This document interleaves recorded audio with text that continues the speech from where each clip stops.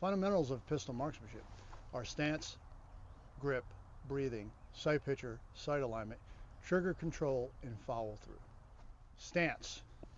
When I'm standing on a flat range, I'm going to use my fighting stance, or as close as I can get to my fighting stance.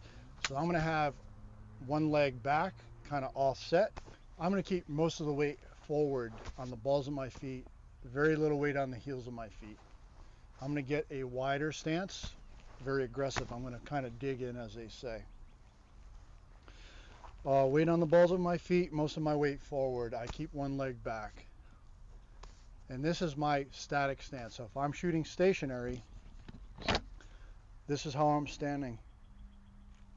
Most of my weight's forward, and that helps me mitigate recoil. Grip. Your grip begins in the holster if you're drawing from the holster. They call it the master grip. I'm going to get that webbing of my thumb on my firing hand as high up in that beaver tail as I can. And that's going to help me maintain a high grip on the frame of the pistol. So when I draw this pistol out, I'm not just plucking it out of the holster, because that's going to cause a weaker grip. I'm going to take slack out of the system. I'm going to drive my hand down aggressively, get nice and high on that beaver tail, and then I'm going to break retention if I have it, and I'm going to come out, and then I'm going to meet my hands in my workspace in front of my chest. And this is where I'm going to start building my grip through the presentation. So right here, I'm probably like 10-20% grip strength. As I compress my grip out, I'm going to be a full 100% at full extension. All right, so it's almost like a clamshell effect. I'm going to clamp my hands together. My firing hand is going to be about the same tension as a firm handshake. My support hand is going to do most of the gripping, the other 80% if I had to guess. All right, I'm going to grip that pistol nice and high with my firing hand. My thumb is going to be high and out of the way, neutral. When I bring my support hand on that draw, I'm going to break my wrist on a 45-degree angle and lock that out. So my thumb is going to be orientated forward, general direction of my target. So as my hands meet in front in the workspace, my thumb is going to ride high on the frame of that pistol. And I'm going to press the gun out, and my grip's going to increase as I press the gun out, as I compress my grip. I don't lock my elbows. I have a slight break in my elbows, and that's my personal preference. That helps me mitigate recoil in a series or string of shots. Again, master grip, nice and high. Thumbs out of the way on my firing hand. I mate my support hand. I drive that gun straight out like it's on rails, and that's where I finish my grip. You can see how high my support hand sits on the frame of that pistol. The firing fingers, the ridges of my firing fingers are laying in the natural grooves of my support hand, and I kind of mash those support fingers in towards my firing hand, and that provides me a little extra stability as I press out, because I need to retain the ability to control this trigger finger individually. So I don't want to death grip it, because then I'm going to use gross motor skills. This is more of a fine motor skill. This is where I use most of the might. And through that clamshell-like compression, as I push that gun out like it's on rails. That's grip. Breathing. Breathing is kind of argued when it comes to pistol shooting. Some people say it's not important, fundamental. That's absolute BS. Breathing is super important, especially if you're shooting a smaller target, and especially if you're shooting at greater distances, because your sight picture becomes less acceptable, right? The further you get out and the more wobble you have. You're going to have wobble. You're a human being. You have a nervous system. You're going to move the gun, and the gun's going to move in recoil. You can't control those two things.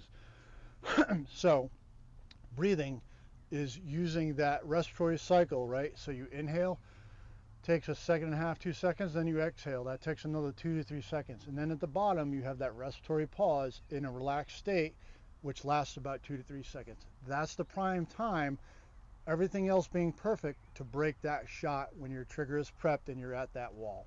All right. So for pistol For shooting a pistol, breathing, not as important as with a rifle, but it is important. And what I tell people is make sure you're breathing. Don't hold your breath. That's the important part. A lot of people will take that thing out and they'll hold their breath. And then CO2 drive starts to kick in. The vision on the front sight post starts to blur, or the red dot, and then you start moving.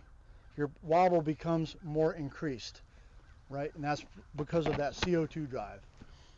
I like to, when I'm on the flat range practicing my fundamentals, exhale on the presentation like so.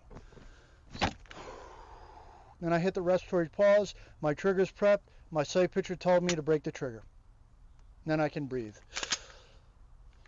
All right, now if I'm doing a series of a string of fire, rapid fire, or shooting multiple targets, I may have to manufacture that respiratory pause depending on where I am in my shooting cycle. Okay, so now I'm going to talk about sight alignment and then sight picture. When we talk about sight alignment, proper sight alignment with a pistol, we're talking about the alignment of our front sight post and our rear sight. All right, and there's a common phrase or term used, equal height and equal light. So on my diagram here, I have the kind of proper alignment of the front sight post and the rear sight. Equal height, meaning they're all equal in height, so when I line up my sights, they're flush across the top. Okay? Equal light, meaning the space in between the left side of the rear sight, the front sight post, and also the right side of the rear sight and the front sight post. The distance and the spacing is the same. Equal height and equal light. I'm going to go ahead and give you a better visual aid to kind of get an understanding of that. I'm going to use this cardboard IPSC target, and I'm going to kind of create a visual aid. Just give me a second to do that real quick. Ready? Alright, so what we have here is a representation of the rear sight and the front sight post. When we say equal height and equal light, we're going to go ahead and align our rear sight and our front sight and get that equal height and equal light. Now I'm going to go ahead and draw this out on a target.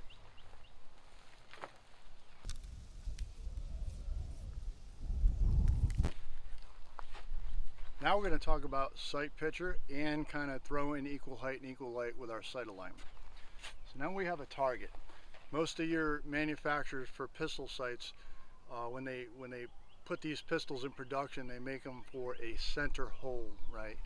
And what that means is holding center mass in the target.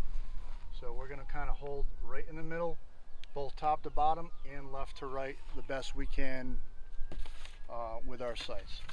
So with my cardboard version, my sight picture, I got my equal height and equal light. I'm pushing my gun out on target. I'm going to cut that target in half, both left to right and top to bottom, the best I can, with my focus being on that front sight post. The focus of my eye will be on that front sight post. Initially, before my presentation, I'm going to be focusing on that target, but I can't focus on 3 different distances at the same time, which you have the target, the front sight post, and the rear sight post. So the focus needs to be on the front sight post, and the front sight post is going to cut that target in half, top to bottom and left to right, centered on that target the best I can manage with my visual acuity and my sight alignment with my pistol.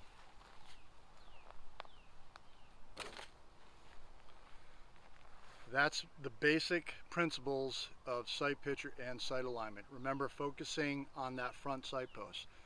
So as I have my pistol and I have a target that I'm going to engage, I'm focused right now on that target with my eyes. As I present, I'm going to shift focus to my front sight post, and once my sight alignment is lined up to where I'm happy with it, I have good focus on my front sight post, I'm going to go ahead and break the shot, because I've already prepped my trigger, and then I'm going to get my next sight picture and prep my trigger for my follow-up shot. Alright, so now I'm going to discuss trigger control. This is one of the two most critical fundamentals of pistol marksmanship. The other one being sight alignment. I can mess up my stance. I can have a single hand grip or a weak grip. As long as my trigger control and my sight alignment are perfect, I will hit my target. If either of those two are off, I'm going to probably throw that shot or pull it off the target a little bit. Perfect trigger control is defined as manipulating the trigger to where you're not disturbing your sights, right? And that's what we're always striving to achieve with trigger control. There's three phases of trigger control, right? There's your trigger prep, where you're taking the slack or the creep out of your trigger and hitting that wall. Then there's the actual squeeze, and then there's the reset. And I'll talk through those three stages real quick here. So when I present, I'm going to prep my trigger. So when I'm at full extension and presentation, my sights are aligned. I'm going to finish that squeeze, right? So I'm going to present and take slack out. I'm already at that wall. So now my sights are aligned. All I'm going to do is finish the pull. And then when that gun recoils, I'm going to reset it. You never saw my finger move. I'm ready for a follow-up shot. All right. And this is better, easier illustrated and shown through live fire. But this is where we master the trigger control, is in dry fire. So prep is taking the slack out and hitting that wall, pull, and then reset. When we reset the trigger, we try to do it when the gun's in recoil because the sights are already disturbed. Sometimes when new shooters learn, they learn how to pin the trigger back. So they break a shot off, they pin the trigger, and then the gun settles, and then they readjust their sights, and then they hear that click. All right, you don't want to make that your indicator. The reset is tactile. You should feel that reset, right? It's tactile. You're not going to hear it if you're doing it in recoil because the gunfire is pretty loud. You're going to feel it though. So try to push yourself to where you're getting that reset while the gun's recoiling and not disturbing those sights again and then breaking the trigger. Minimal disturbing of the sights. So you got prep, squeeze, reset. Prep, which you already did, squeeze, reset.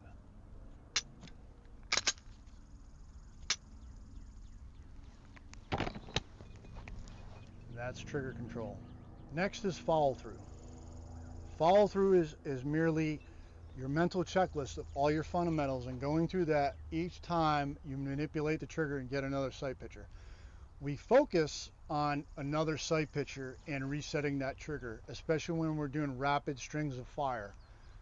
Consciously, because I've done all of the other stuff so much, it's pretty much muscle memory, but I'm always consciously focusing on resetting my trigger and getting a good sight alignment, and that's going to help me be more faster and more accurate.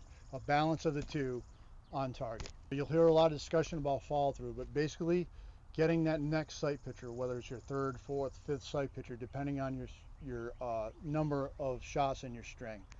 So if I'm doing a single shot on a target, right, I'm drawing, I'm getting that next sight picture and prepping my trigger. That's my follow through. That's the major part of my follow through. Even if I don't take a second shot. Now if I take a controlled pair or two shots, I'm going to get that first sight picture, my second sight picture, and my third sight picture, and resetting that trigger each time I do it. And then the finger's going to come out of the trigger well. I'm going to go to the high ready and relax or holster the gun.